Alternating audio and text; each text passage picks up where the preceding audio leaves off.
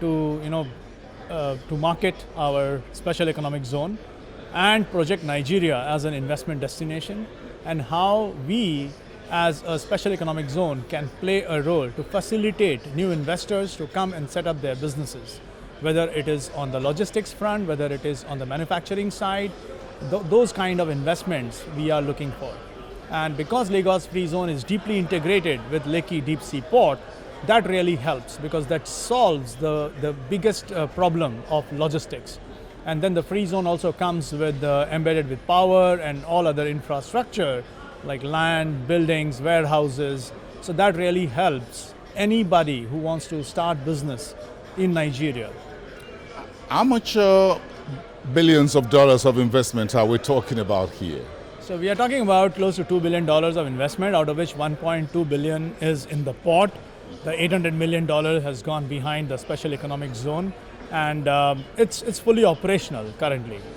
We have the likes of Kellogg's, CMA CGM, Power Oil, then BASF, Sana Building Systems. They are currently operating in our zone. So we are looking for new investors who can actually leverage the Lekki port, the power availability and the world-class infrastructure to do business in Nigeria and use Nigeria as a pivot under the Continental Free Trade Agreement.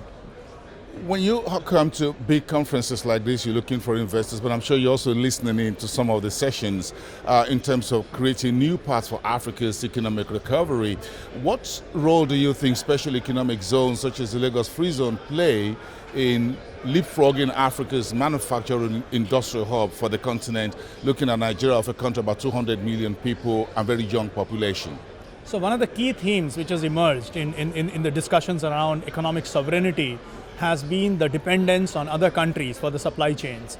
And I think localization of supply chain is possible only when you have well-developed and well-integrated special economic zones who can use the local resources and then value add and make the products which can then fit into the consumer homes. So that's exactly what we are doing. We are actually helping governments achieve economic sovereignty, leveraging upon the special economic zones. Interesting when you talk about ease of doing business. What more would you want to see governments, not just in Nigeria, but across Africa do to help foreign and domestic investors who want to invest in very huge special economic zones such as the Lagos Free Zone? I think the need of the government should be to work as a facilitator and provide the right kind of framework. I think a strong institutional framework which actually assuages the concerns of the investors is the need of the hour.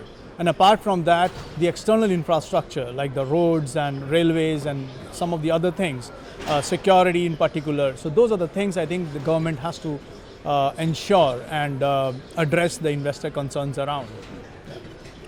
In terms of what the takeaways will be for you from this type of conference, have you been speaking to investors? Have they been coming around? What questions are on their minds? So we have been meeting them, and the key concern has been around the foreign exchange stability and the security aspects. So I think we as a free zone are trying to address it in our own way. But of course, at the same time, I think these are concerns which are there in all the emerging markets across Africa. So we are not unique as such, right? But the opportunity which lies in Nigeria is immense. So we are actually more focusing on the opportunity rather than the issues which are there. And wherever the ease of doing business or the infrastructure gap, that we are addressing through provision of a world-class infrastructure in our zone.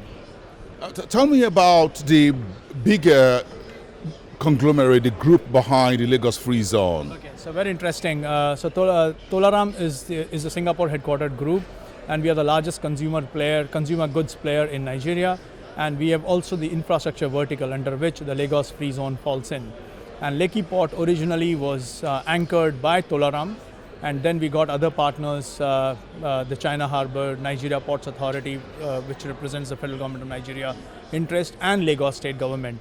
I think we got them all together, and that's how the whole partnership is around Lekki Port. So that's who we are. We operate 20 factories across Nigeria, making us the largest operator of manufacturing installations across the country. Are you looking to diversify beyond the Nigerian market at some point in the future? So in the consumer goods space, we are already there in Ghana, Ivory Coast, South Africa, Egypt, Kenya. But in the infrastructure space, we are only there in Nigeria because these two projects are really something which we want to take it to a logical end before we embark on something new elsewhere.